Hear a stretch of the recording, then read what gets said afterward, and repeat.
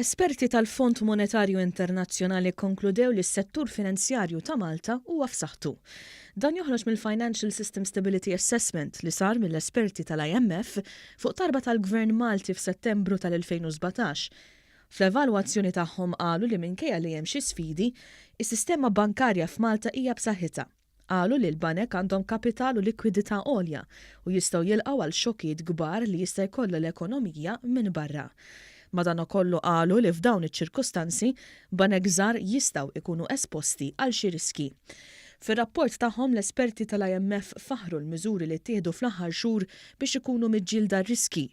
Ħeġġu biex ikompli jissaħħaħ il-qafas legali flimkien mal-proċess li analizza l-informazzjoni eżistenti tal-bank u r-riskji marbuta mas-self f'ċertu setturi. L-esperti laqgħu wkoll il-miżuri li mistennija jiddaħħlu biex jiġu indirizzati ċertu vulnerabbiltajiet fil-qasam tal-akkomodazzjoni.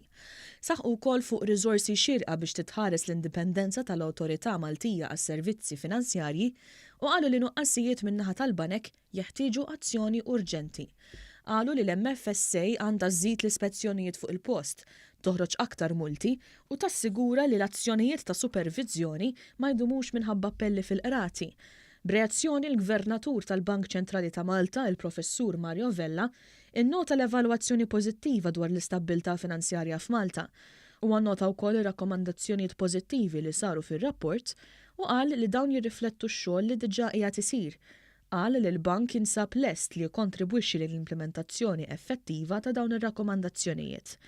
Iċ-Chairman tal-MFSA, il-Professur John Mamo, qal li l-awtorità ħadet nota tar-rakkomandazzjonijiet li saru fir-rapport biex tkompli ssaħħaħ l-infurzar tagħha permezz ta' żieda fir-riżorsi u investiment fit-teknoloġija.